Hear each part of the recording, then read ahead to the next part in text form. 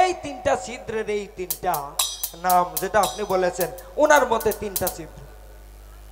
অর্থাৎ যারা হাদিসগুলি লিখেছেন, কিতাব যারা রচনা করেছেন, যে ইমাম, যে মুফাসসির, যার কাছে যে হাদিসটা যে পর্যন্ত যতটুকু এসেছে তিনি ততটুকুই রচনা করেছেন, ততটুকু লিপিবদ্ধ করেছেন, এর বেশি কম কেউ করতে পারেন নাই, যার জন্য এর উপরে মতানৈক্য সৃষ্টি হয়েছে। ইমাম গাজ্জালী রহমতুল্লাহ আলাইহি তিনিও তার কিতাবে একই কথা লিখেছেন। এখন সিংহার প্রকৃত পক্ষে কয়টা ছিদ্র, এই মর্মে সহিহ হাদিস কি আছে ভাই? এইখানে ইমাম জালালউদ্দিন সিয়ুতির মতে ওই যে তিনটা নাম আমি বললাম, এই তিনটা নামকে কেন্দ্র করে তিনি তিনটা ছিদ্র বলেছেন। এখন উনার এই কথাটারে জয়ীফ বলার শক্তি আমার নাই, দুনিয়ার কোনো আলেমেরই নাই। সুতরাং হ্যাঁ, উনার মতে সিংহার ছিদ্র তিনটা। তাহলে এটা কিতাবে আছে। এখন এটা আমি আগে বলছিলাম না সময়ের জন্য, ভাই আমারে দিয়ে এটা বলাইলো।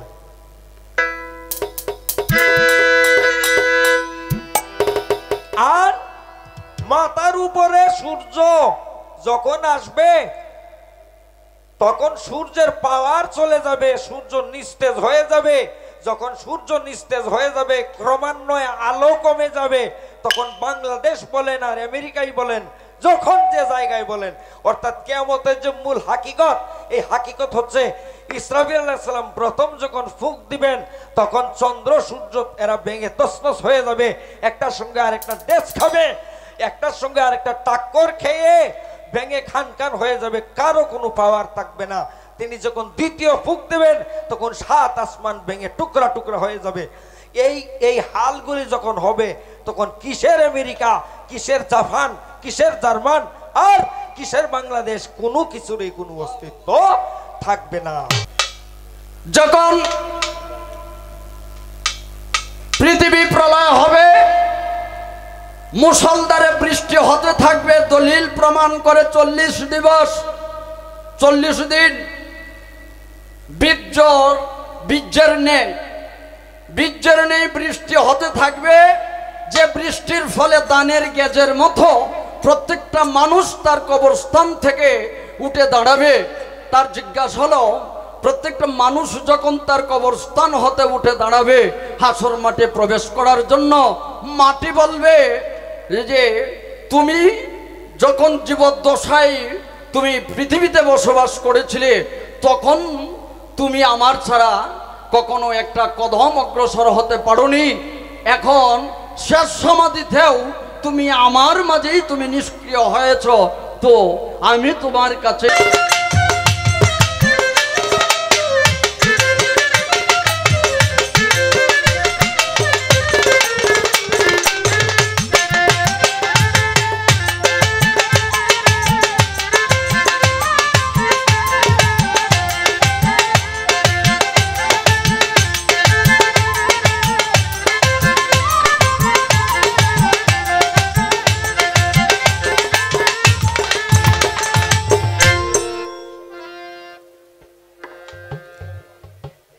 আসসালামু আলাইকুম ওয়া রাহমাতুল্লাহি ওয়া বারাকাতুহু। আমি শুরু করছি আল্লাহ পাক পরওয়ার দিগারের পবিত্র নাম স্মরণ করে, যিনি ব্রহ্মাণ্ডের স্রষ্টা ও লালন পালন করনেওয়ালা,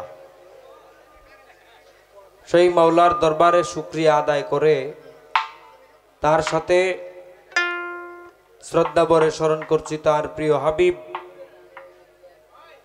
হাবিবে কিবরিয়া সাইয়্যিদুল আম্বিয়া শাফিউল মুজনবিন রাহমাতুল্লিল আলামিন আহমদ মুজতফা মোহাম্মদ মুস্তফা হুজুরে পুর নূর সাল্লাল্লাহু আলাইহি ওয়াসাল্লাম, দয়াল নবীর পবিত্র রওজা মুবারকে আমি গুনাহগারের পক্ষ থেকে অসংখ্য অগণিত ভক্তি শ্রদ্ধা ও দুরূদ নিবেদন করে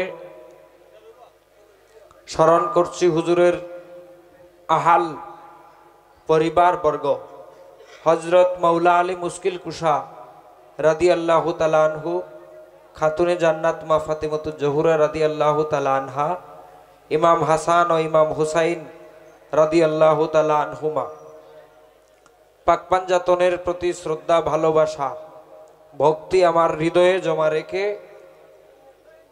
হযরত আদম সফিউল্লাহ থেকে নবীজি মুহাম্মদুর রাসূলুল্লাহ সাল্লাল্লাহু আলাইহি ওয়াসাল্লাম পর্যন্ত যত পয়গম্বরগণ বেলায়েতের শুরু থেকে এ পর্যন্ত যত অলি আবদাল গাউস কুতুব পীর ফকির সজীব নকিব নুকাবা যে যেখানে যে হালে রয়েছেন প্রত্যেকের রুহানি কদমে ভক্তি রেখে প্রত্যেকের রুহানি ফয়েজ আমরা উভয় শিল্পী ও সহশিল্পীদের জন্য কামনা করে আমার মা বাবার প্রতি ভক্তি শ্রদ্ধা নিবেদন করে আমার তরিকার মুর্শিদ রেজবিয়া দরবারের খলিফা হজরত মাওলানা জয়নাল আবেদিন সুন্নি আল কাদরি রেজবি সাহেব আমার মুর্শিদের কদমে কদমবুচি রেখে আমার গানের উস্তাদ বাউল কবি রাশিদ মিয়া সাহেব আমার উস্তাদের প্রতি সালাম শ্রদ্ধা নিবেদন করে আজকে যার পবিত্র মাজারে উরস মুবারক উপলক্ষে আমরা সকলেই সমবেত হয়েছি হযরত হাসান শাহ রহমতুল্লাহ আলাই ওনার পবিত্র মাজারে ভক্তি চুম্বন রেখে আজকের এই কাফেলার কমিটি বৃন্দ যারা যারা সম্মানিত সভাপতি সহসভাপতি সহ যারা যারা রয়েছেন প্রত্যেকের প্রতি শ্রদ্ধা জানাই এই অনুষ্ঠানের কমিটি বৃন্দ মাফ করবেন আমি নাম সকলের নাম জানি না আর আমার সঙ্গে যার কথা হয় যিনির সঙ্গে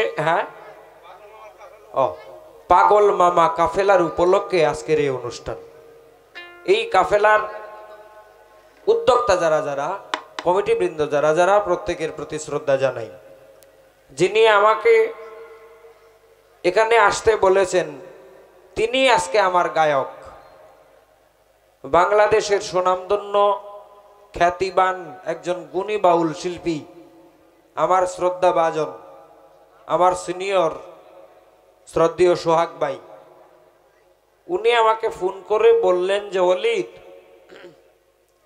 2 তারিখে তোমার গান করতে হবে বললাম ভাই কোথায় উনি বললেন খাগড়িয়া কোথায় গান কিভাবে গান এটাও বলি নাই বলছি ঠিক আছে ভাই আমি আসব তাই এসেছি সোহাগ ভাইয়ের প্রতি শ্রদ্ধা জানাই তার বন্ধু বান্ধব বন্ধুমহল থাকলে আমাদের উভয় শিল্পীর বক্তবৃন্দ থাকলে প্রত্যেকের প্রতি অভিবাদন শুভেচ্ছা মুবারকবাদ রেখে কোনো হিন্দু ভদ্রলোক থাকলে আদাব নমস্কার রেখে আমি আমার অনুষ্ঠান কার্য শুরু করছি আজকে যার সাউন্ডে আমরা গান করব খুব সুন্দর একটি সাউন্ড কাইটেলের মানিক ভাই তার প্রতি শ্রদ্ধা জানাই আমাদের গান গাওয়ার সময় ত্রুটি বিচ্যুতি হতে পারে আমরা কেউ ভুলের ঊর্ধ্বে নই আমার ভুল বেয়াদবি হলে অনিচ্ছাকৃত ভুলগুলো না ধরে সকলেই ক্ষমা সুন্দর দৃষ্টিতে দেখবেন এই আশাবাদ ব্যক্ত করে সকলের সুস্বাস্থ্য ও আল্লাহ আল্লাহ রসুলের প্রতি রহমত সাহায্য সকলের জন্য কামনা করে শুরু করছি ধন্যবাদ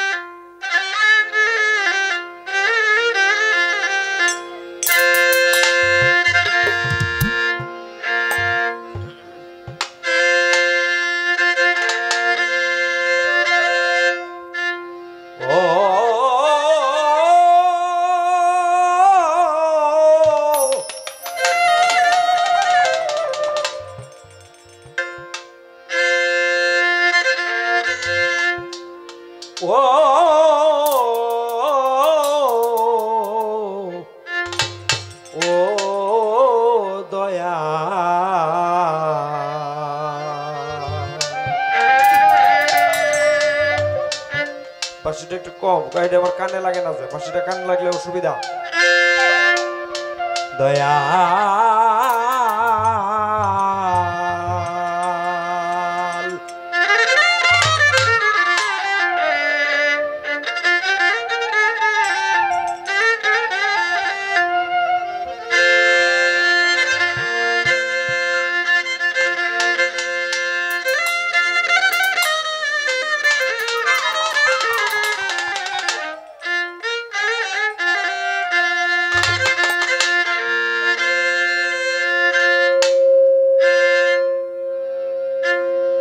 হ্যালো,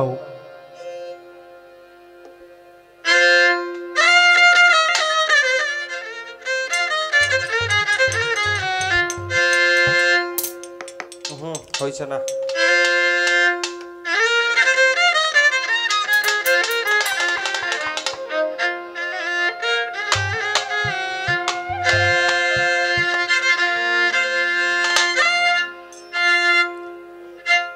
অগো জগৎ স্বামী করতে তোমার গোলামি,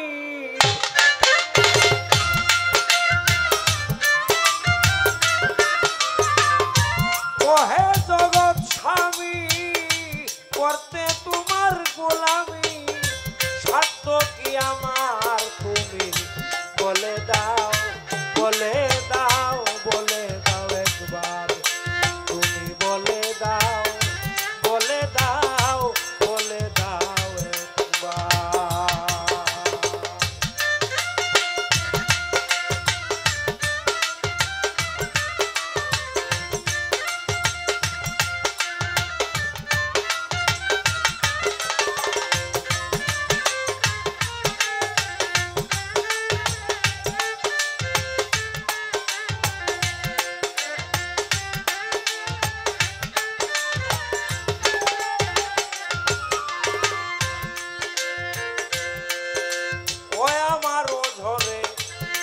জরে আঁকি ভাবি মনে মনে,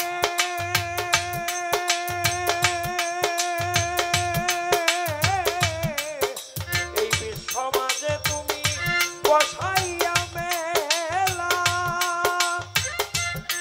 কোন রূপে খেলিতেছ ধরিয়া কুন্নীলা,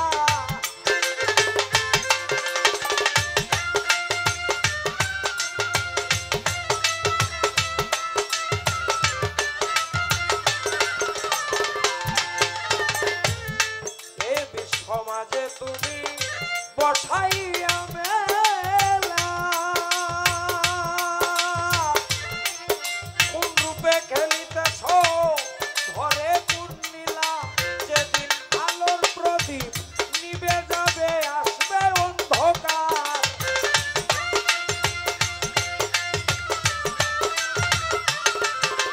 যেদিন আলোর প্রদীপ নিবে যাবে আসবে অন্ধকার, সেদিন সাধ্য কি আমার তুমি বলে দাও, বলে দাও, বলে দাও একবার, তুমি বলে দাও, বলে দাও, বলে দাও একবার।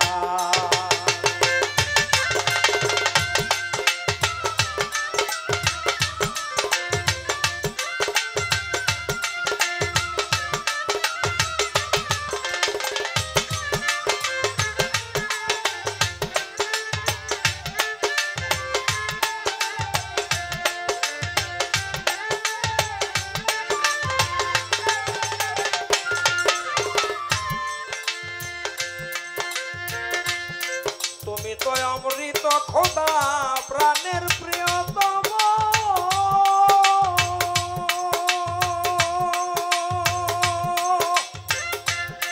পূজারীরাই পূজা করে বলে নম নম, তুমি তো অমৃত প্রাণের প্রিয়তম, পূজারীরাই পূজা করে বলে নম নম, কোন রঙ্গে মানুষ অঙ্গে হলে একাকার,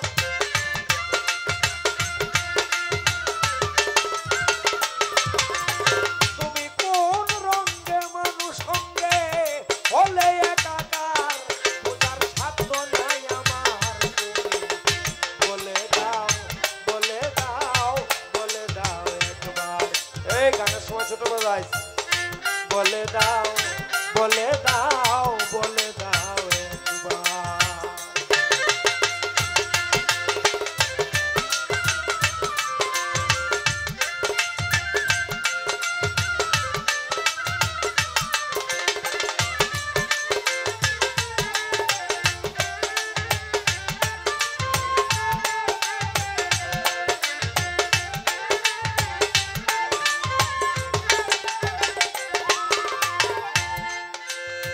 ঝরে ঝরে আঁকি ভাবি মনে মনে কি নিয়ে উপস্থিত হব তোমারই সামনে। ও ঝরে ঝরে আঁকি ভাবি মনে মনে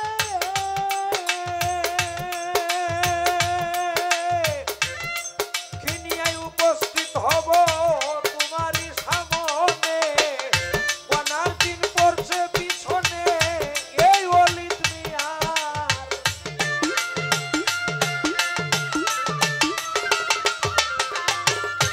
ওনার দিন পড়ছে পিছনে এই অলিত মিয়ার। সেদিন সাধ্য কি আমার বলে দাও বলে দাও বলে দাও একবার তুমি বলে দাও বলে দাও বলে দাও একবার। ওহে জগৎ স্বামী করতে তোমার গোলামি সাধ্য কি আমার তুমি বলে দাও বলে দাও বলে দাও একবার তুমি বলে দাও বলে দাও বলে দাও একবার।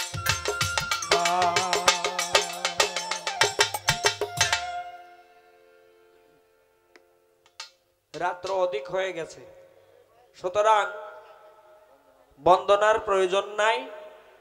আর বন্দনা তো আমরা করেছি, তো গান আজকে গান হাসর এবং কিয়ামত।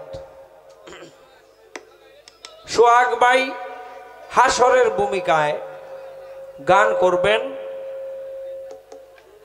এটা না, এটা একটু কমান, শুধু বেহাল্লা কমাইলে তো হয় না, বুঝেন না আপনি? এটার যে গেইন এটা হালকা একটু কমাইলে মনে হয় সুযোগ দিত না। আর আমার গাইতে হবে কিয়ামতের ভূমিকায়। তো আমি একটি গান করে বসি, নিয়ম ভঙ্গ করা যাবে না। প্রশ্ন হয়তো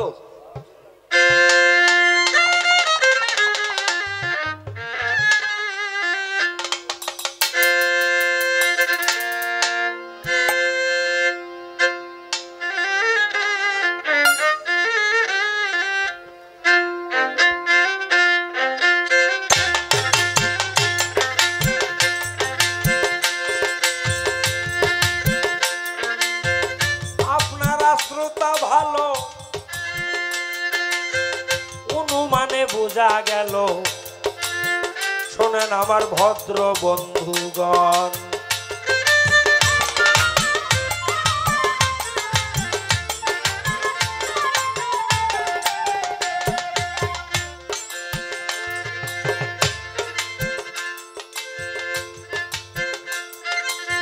লেখা নবীর হাদিসেতে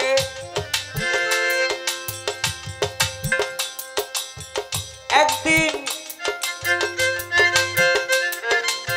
জিন মানুষকে একসাথে বিচার করবে না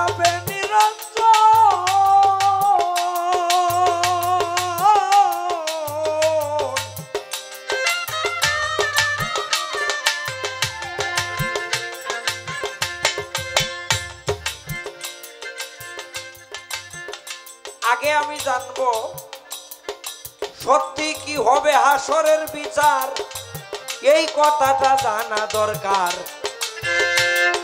আপনি দাঁড়াইয়া বলিবেন এখন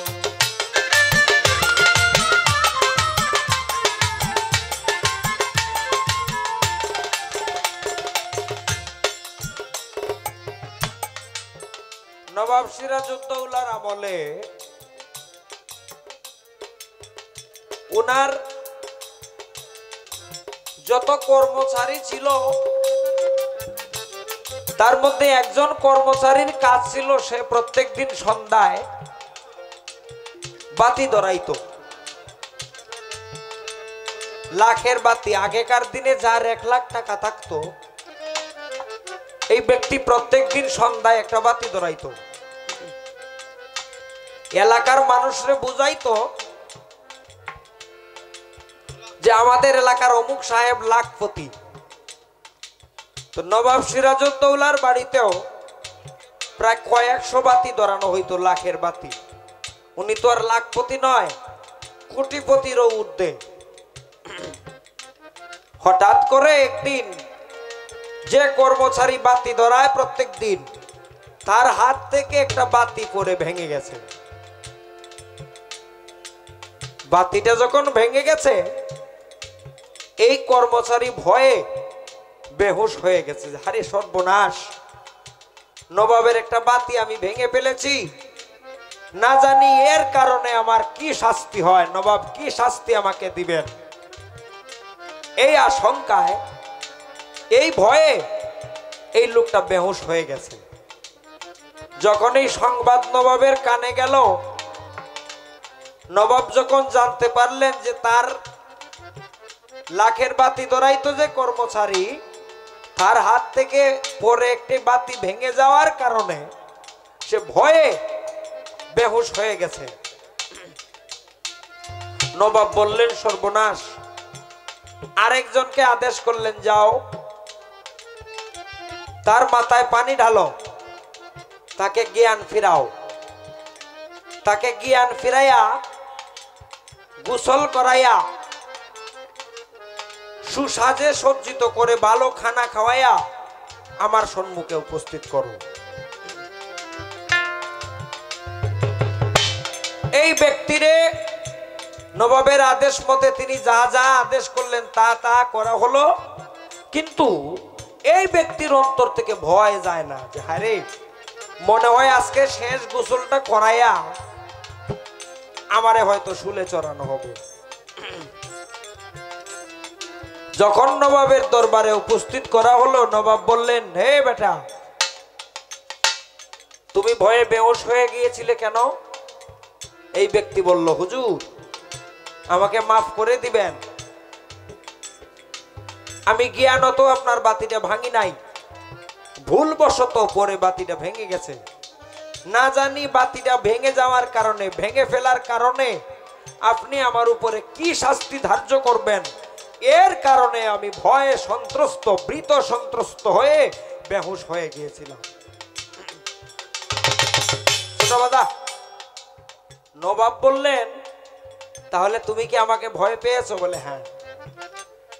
বাবারে, তুমি আমার একটা বাতি ভেঙে ফেলেছো, এই জন্য আমি যদি তোমাকে শাস্তি দেই তাহলে আমার নাম দাম বাড়বে না, বরং মাছি মারলে যেই রূপ আটকালো হয়, ঠিক সেই রূপ বাতি ভাঙার অপরাধে একজন কর্মচারীকে হত্যা করলে প্রজারা আমার নামে ভৎসনা করবে, সমালোচনা করবে, আমার শৌর্য বৃদ্ধি পাবে না। যাও, তুমি যেহেতু আমাকে ভয় পেয়েছো, আজ থেকে আমি তোমাকে আদেশ করলাম প্রত্যেক দিন তুমি একটা করে বাতি ভাঙবে।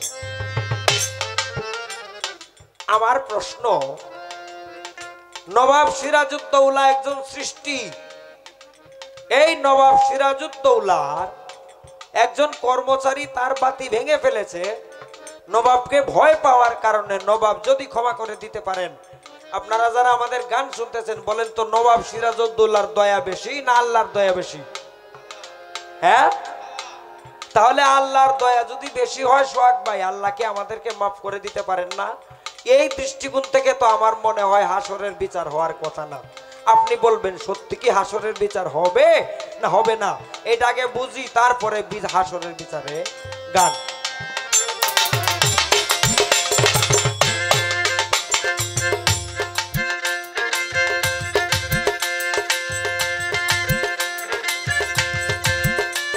আমি এই পর্যন্ত যাইছি গাইয়া, এই ভদ্র সবাই দাঁড়াইয়া বলবেন আমার ভাবের মহাজন।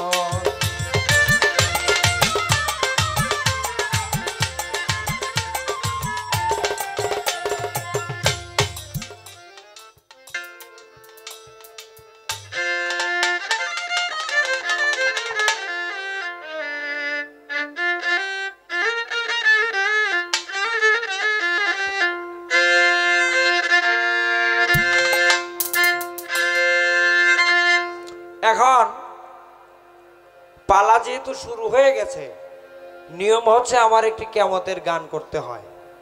তো আমি যেহেতু প্রথম দাঁড়িয়েছি, একটি আল্লাহ পাকের শান ও প্রার্থনা সঙ্গীত করেছি, পাশাপাশি আল্লাহ পাকের হাবিবের শান বা একটি নাতে রসুল করা জরুরি মনে করছি।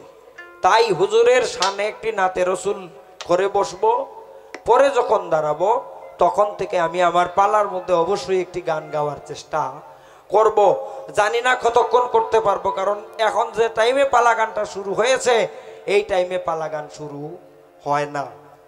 তবুও আপনারা ধৈর্য ধরবেন যারাই আছেন। ধন্যবাদ।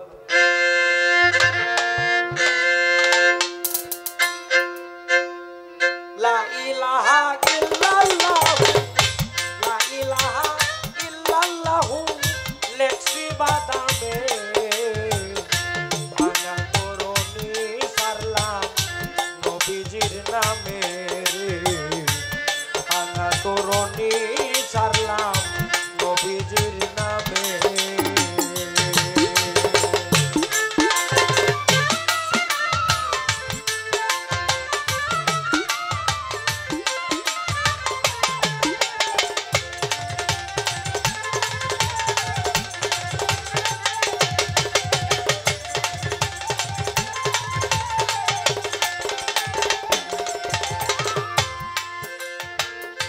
কপালে কি লেখা ভাসাইলাম নৌকা,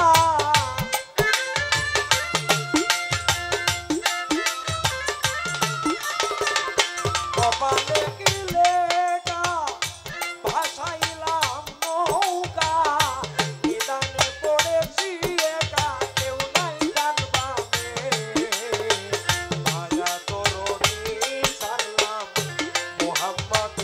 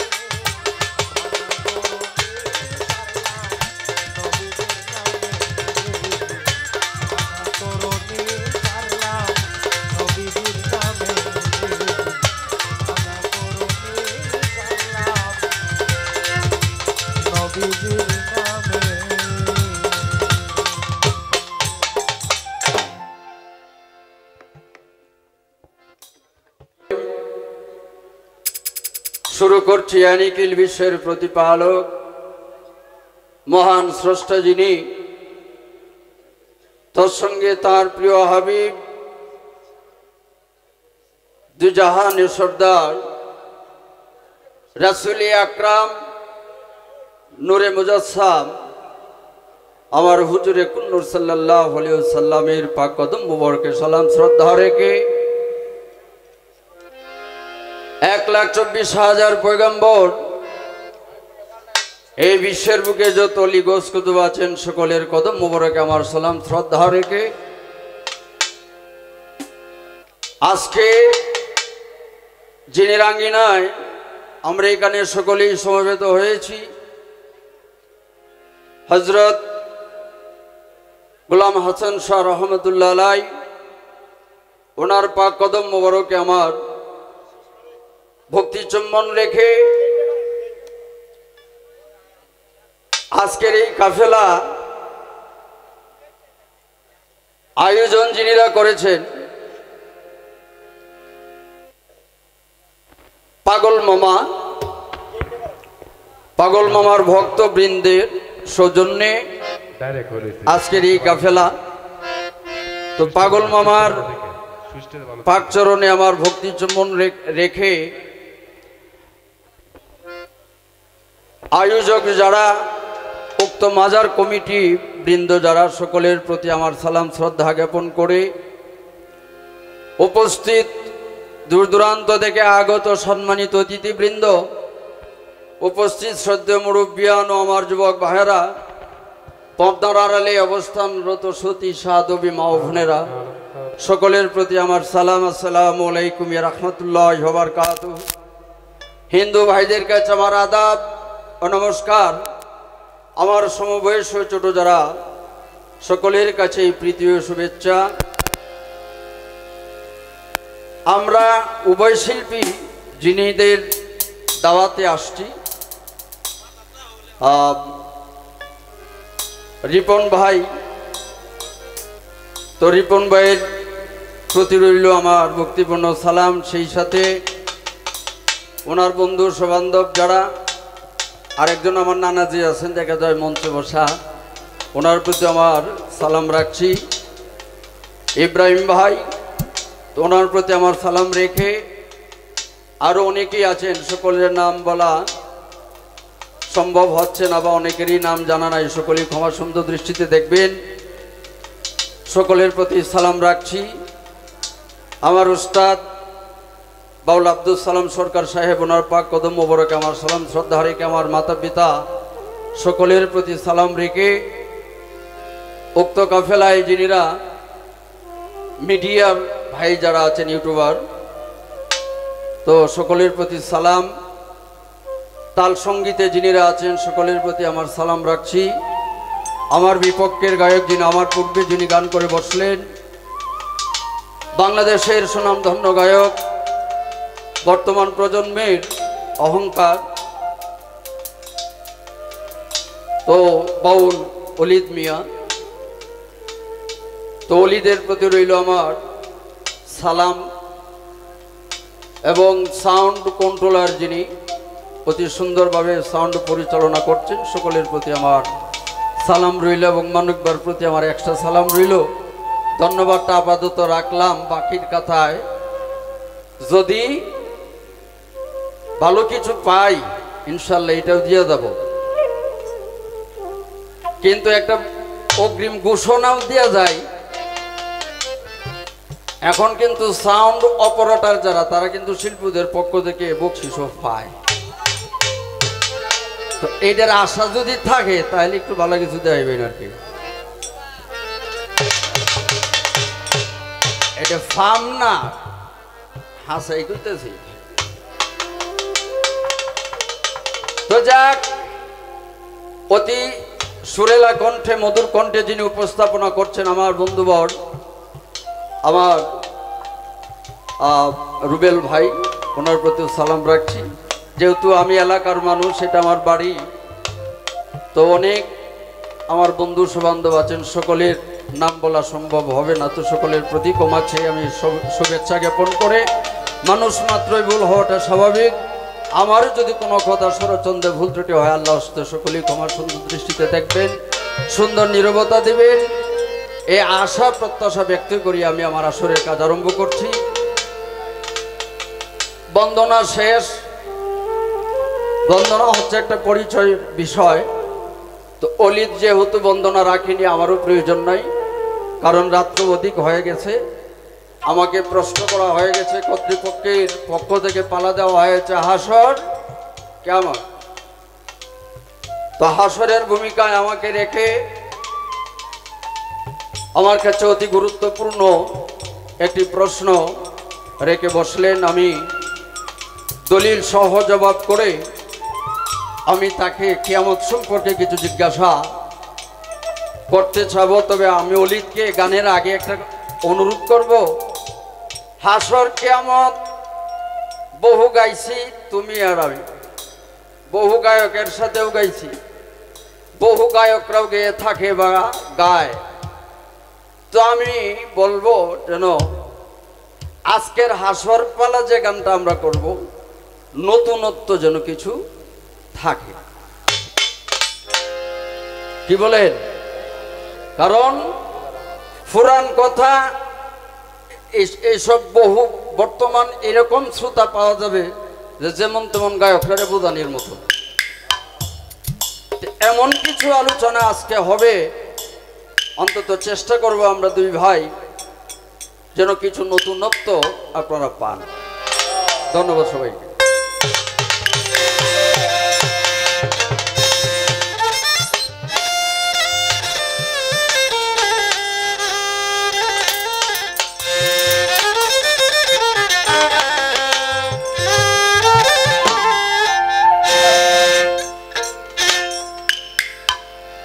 দরে দরদি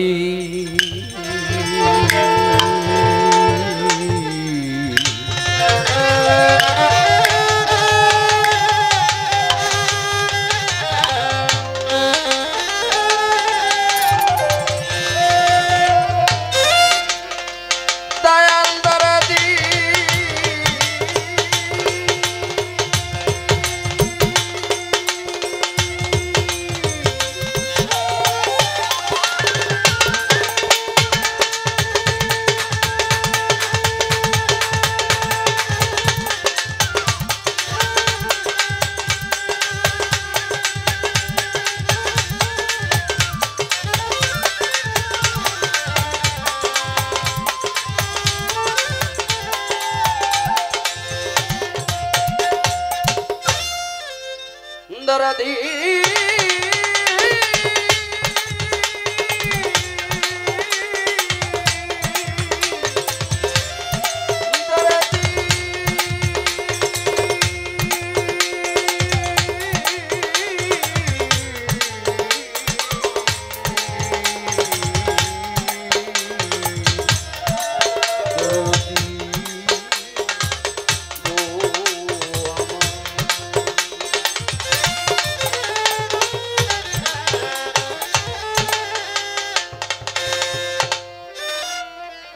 মাওলারে তুমি পতিত পাবন, পাতকি কারণ হে নিরঞ্জন।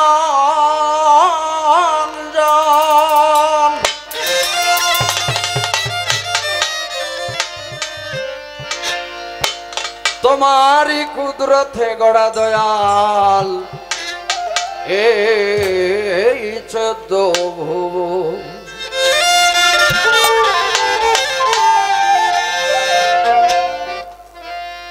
মাওলারে তোমার মতো এমন দয়াল এই ভুবনে নাই। তুমি যদি দাও তারাইয়া মাওলা, আমি কার ছায়ায় দাঁড়াই।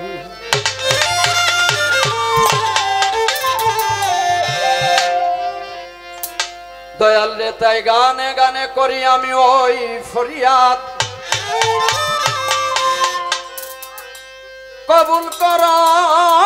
কবুল কর মাওলা এই পাপীর মুনাজাত।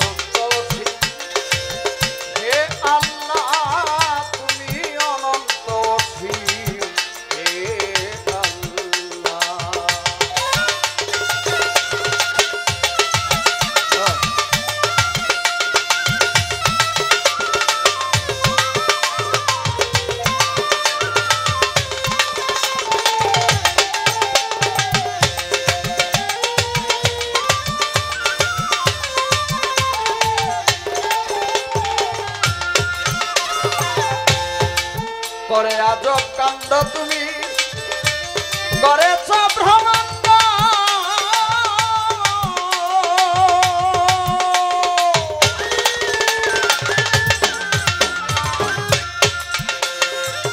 পুত্রতে আকাশ তুমি খণ্ড রাখিলা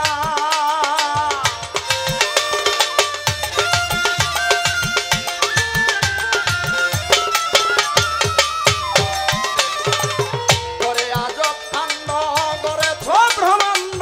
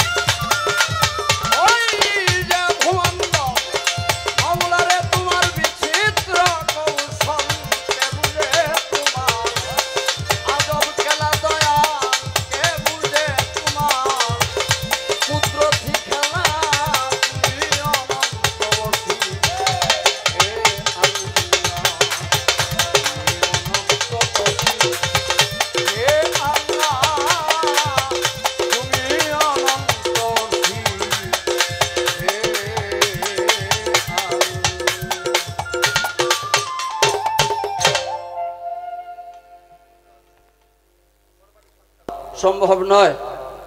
তো আমি আপনাদের এলাকার মানুষ, আমাকে দিলেও আছে না দিলেও আছে, যেন আমার ভাইটাকেও কিছু দেওয়া হয়।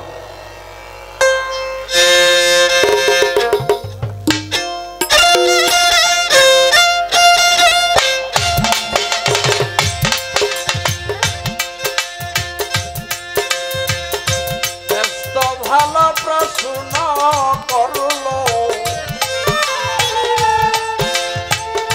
আসরে দাঁড়াইয়া,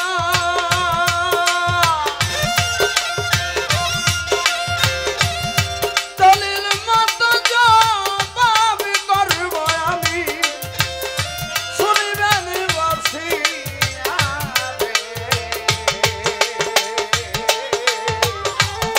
শুনেন আমার খালের সোনা রে,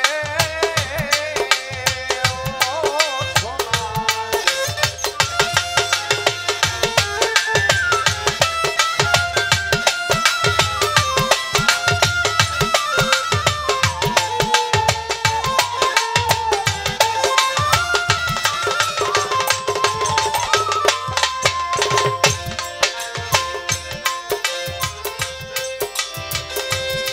কি দিব প্রশ্নের তুলনা, তুলনাদার নাই, এমন একটা প্রশ্ন করলো আমার ছোট ভাই।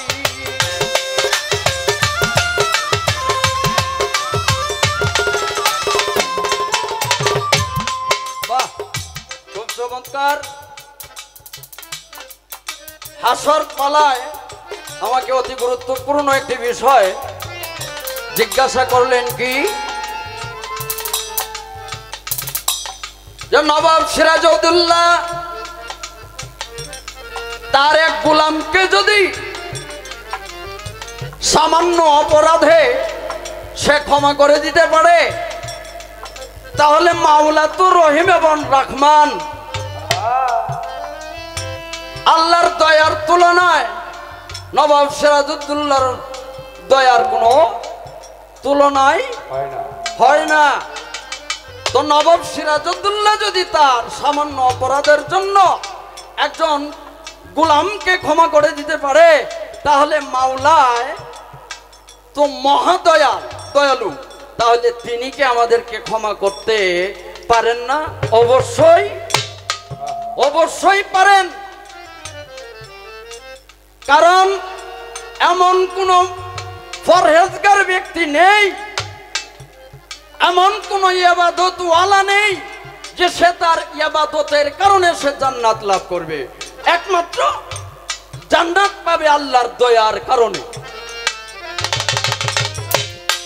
কেহ যদি আশা করে আমি 70,000 বছর ইবাদত করলাম, নামাজ পড়লাম, কালেমা পড়লাম, হজ পড়লাম, যাকাত আদায় করলাম, সবই করলাম, তাইলে তো এখন আমার সার্টিফিকেট জান্নাতে, এটা হেউ গাদা, এর হতা গোষ্ঠী গাদা। কারণ আল্লাহর এক নাম হচ্ছে রহিম এবং রহমান। রহমান শব্দের অর্থ হলো দয়ালু। আল্লাহ একমাত্র দয়ার গুণেই প্রত্যেকটা মানুষ, প্রত্যেকটা জিন নাজাত পাবে। আর নাজাত পাবে না, আর একটা বিষয় আছে ওখানে বাবারা, গুরুত্বপূর্ণ বিষয় শুনবেন আপনারা। আল্লাহর দয়া কখনো থাকবে না ওই জায়গায়। আপনি টিকিট কিনছেন মদন থেকে ঢাকা যাবেন, আপনি একটা বাসের টিকিট করছেন মদন থেকে ঢাকা যাবেন, অর্ধেক রাস্তায় গিয়া টিকিট চেক করেনি, চেক করে কি দেখে, চেক করে দেখে এই টিকিট আসল না নকল। আসল নকলটা বুঝে কিসে? কর্তৃপক্ষের একটা স্ট্যাম্প অর্থাৎ সিল, সেই সিল মোহরটা সেই টিকিটের গায়ে আছে কিনা। যদি থাকে তাহলে টিকিট বৈধ, আর যদি না থাকে তাহলে টিকিট অবৈধ। আপনার ঘাড় ধরে নামিয়ে দিবে যে যা। কিন্তু টাকা দিয়ে কিনলেন, টিকিটও আছে, টাকা দিয়ে কিনলেন, এরপরেও টাকা যাইতে পারবেন না। কেন? টিকিট অবৈধ। অনুরূপ ইবাদতের বিনিময়ে তুমি জান্নাতের সার্টিফিকেট পেয়েছো বটে, এরপরেও তুমি জান্নাতে যেতে পারবে না যদি কর্তৃপক্ষের সিলমোহরটা যদি সেই জান্নাতের টিকিটের গায়ে না থাকে। এখন কর্তৃপক্ষ কি? আহলে বায়াত, পাক পাঞ্জাতন, জান্নাতের মালিক আহলে বায়াতের অংশীদারি যারা, পাক পাঞ্জাতনের অংশীদারি যারা, তারাই হচ্ছে জান্নাতের কর্তৃপক্ষ। তাদের সিলমোহরটা থাকতে হবে। আর যদি না থাকে ওইখানে আল্লাহর দয়াও কোনো লাভ হবে না। কয় আল্লাহ তো কয় হাসর মাঠ হবে কিনা আগে উজ্জ্বলে? হ্যাঁ, অবশ্যই হবে।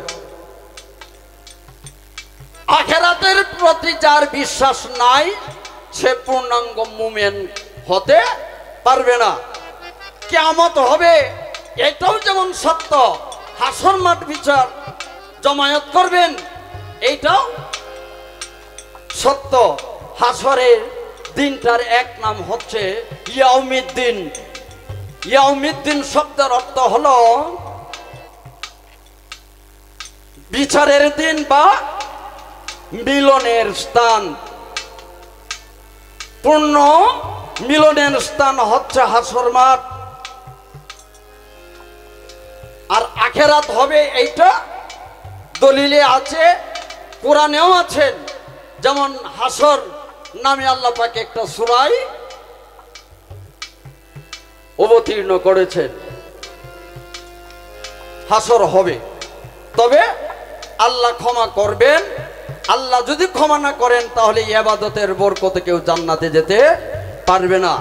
আর জান্নাতে যেতে পারবেই একমাত্র হলো আল্লাহর দয়ায়।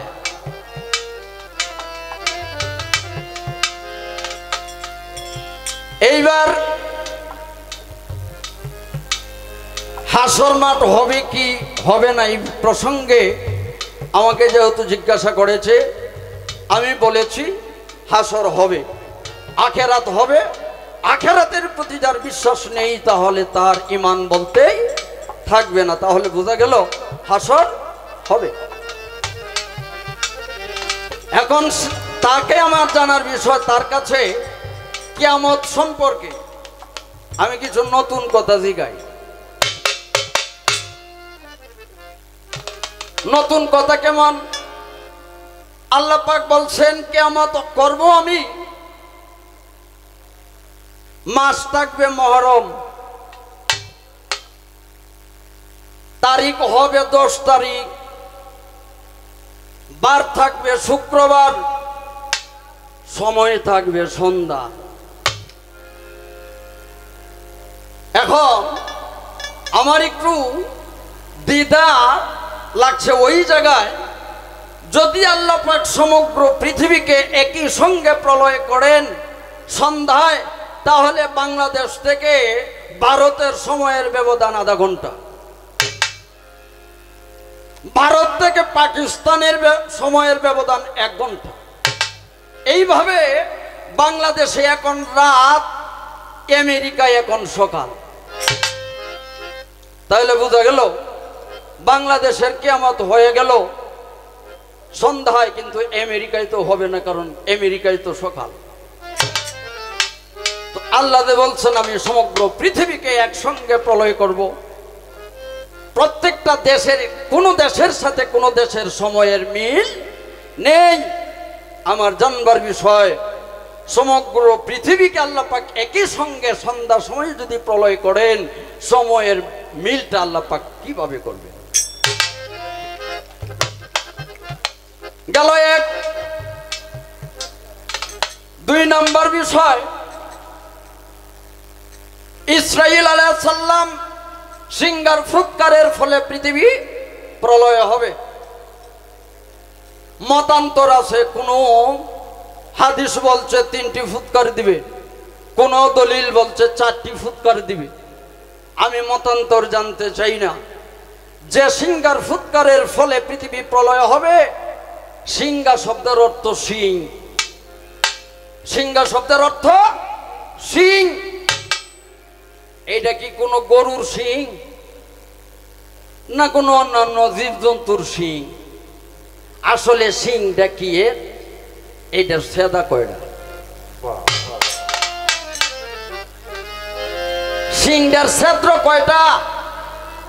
আর যে ক্ষেত্রর সুরের ফলে পৃথিবী প্রলয় হবে আমার জানবার বিষয়। কোরআনের ভাষায় এই সেদাটার একটা নাম আছে। এই সেদাটার নামটা কি?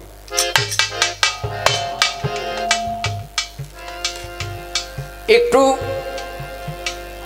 বুঝে দেখি, কারণ তার সাথে আমার একবার হইছে না, মানে কি বলবো, এমন কোনো পালা নাই যে অলিদার আমার 2-4-10 বার গাওয়া না হয়েছে। হাসর কেমতে বোধহয় সে আর আমি 2-4-10 বার গাইছি। তো আজকের গানটা একটু ভিন্ন হবে। এই পর্যন্তই আমার জিজ্ঞাসা।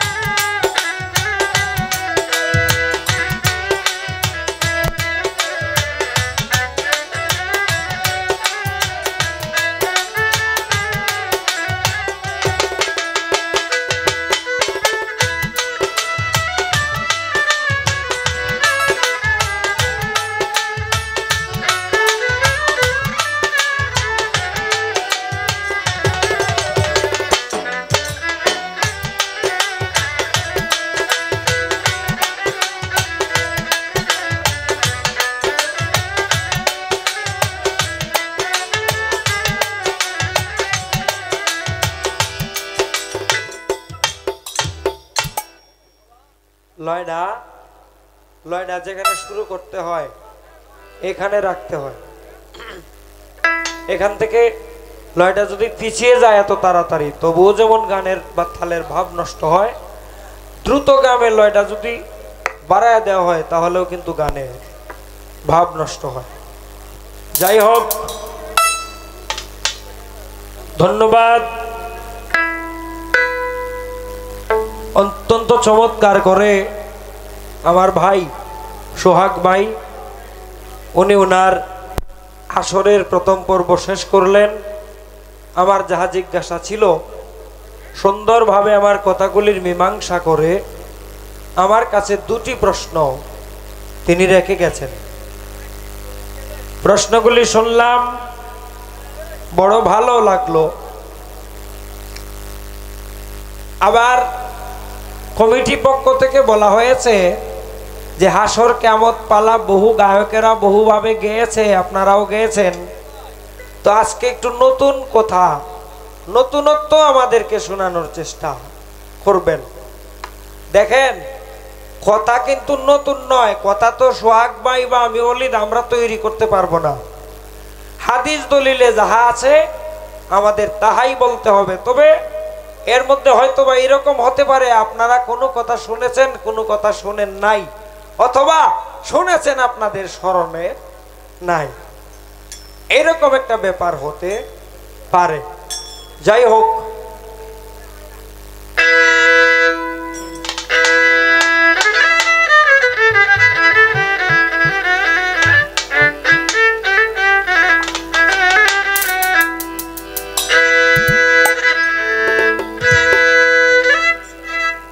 ও ভাই, অযোগ্য ব্যক্তিরা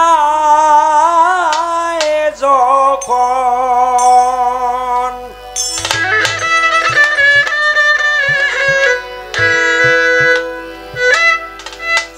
অযোগ্য ব্যক্তিরা যখন এই সমাজে নেতৃত্ব দিবে, কিয়ামত আসিবে, তখন কিয়ামত আসিবে।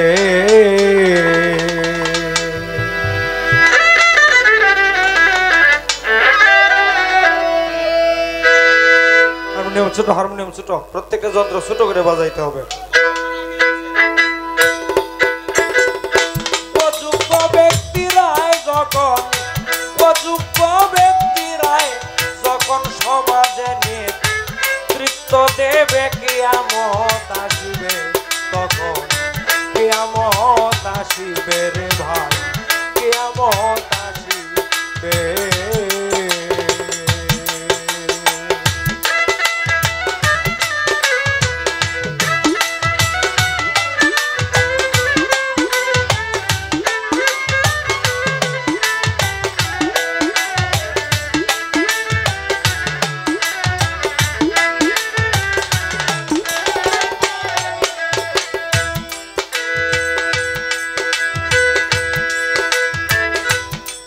আল্লাহর নবী দুজাহান করেছেন পবিত্র বয়ান,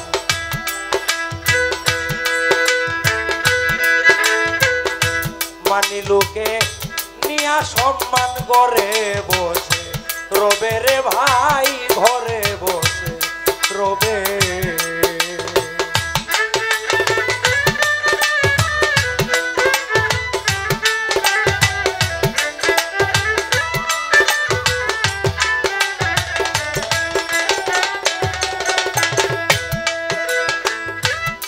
আল্লাহর নবীজি দুজাহান করেছেন পবিত্র বয়ান, মানি লোকে নিয়া সম্মান ঘরে বসে রবে রে ভাই, ঘরে বসে রবে।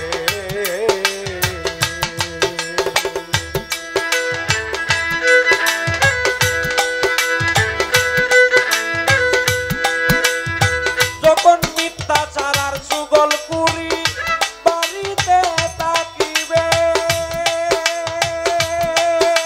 ভোলা মন মন রে,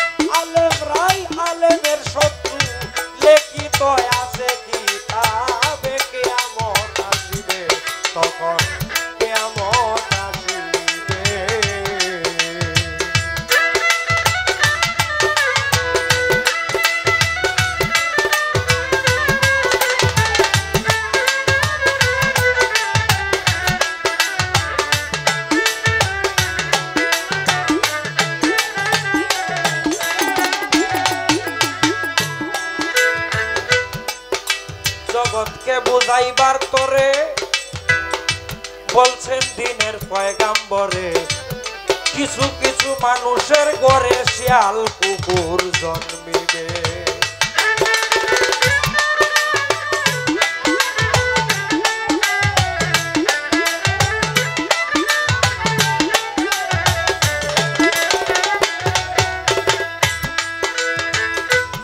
জগৎকে বুঝানোর তরে বলছেন দিনের পয়গাম্বরে কিছু কিছু মানুষের ঘরে শিয়াল কুকুর জন্মিবে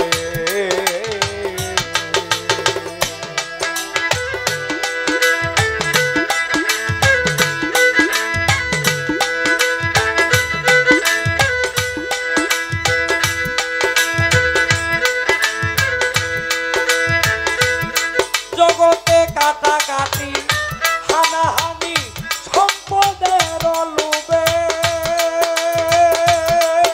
ভোলা মন রে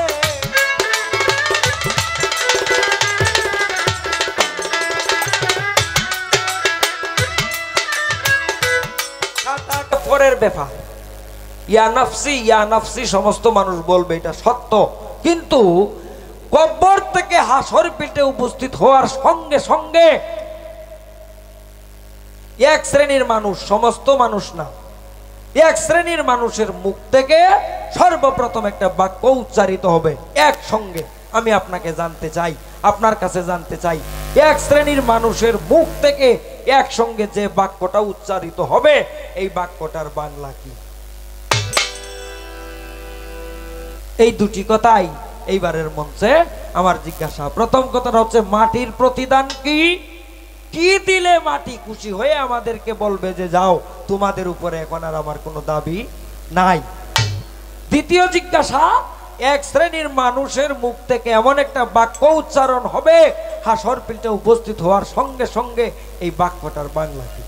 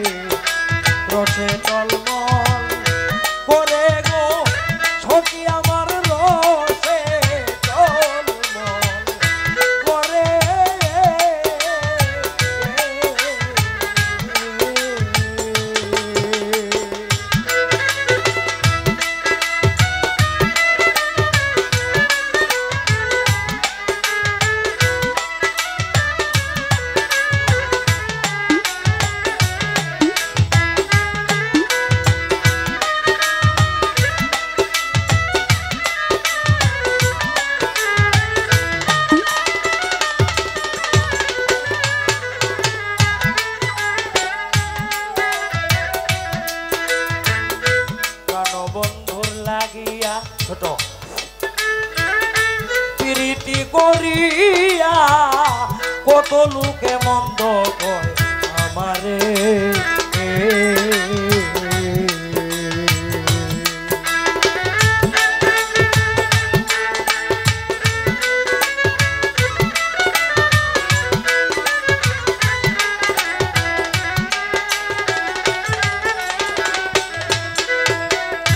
প্রাণবন্ধুর লাগিয়া প্রীতি করিয়া কত লোকে মন্দ কয় আমারে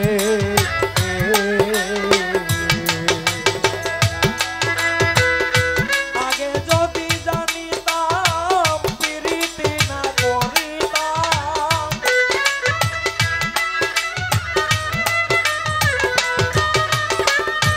আগে যদি জানিতাম প্রীতি না করিতাম বসে থাকতামে ঘরে রসে টলমল করে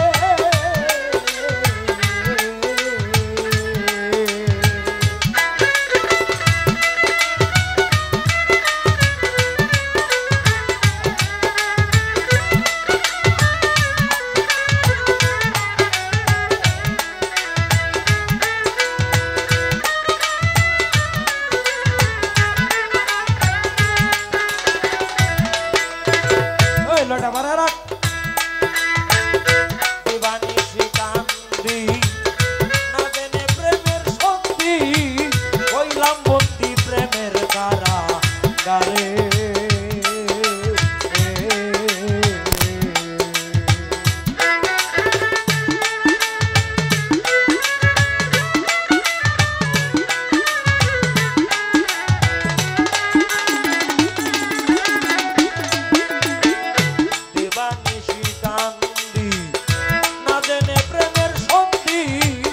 বলে বন্দি প্রেমের কারাগারে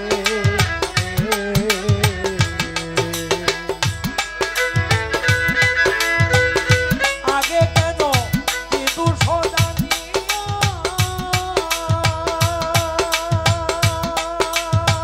ছোট কথা উজ্জ্বল কিন্তু সজানিয়া নিটুর শ্যাম কালিয়া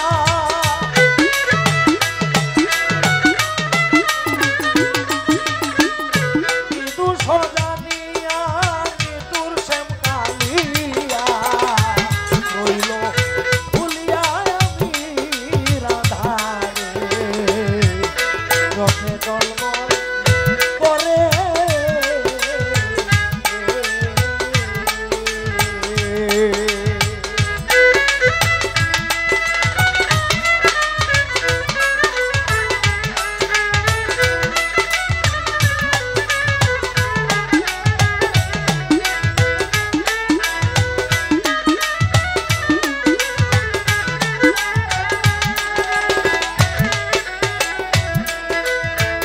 সখী তোরা বলো বন্ধুয়া কই রইল প্রেম জ্বালা সহে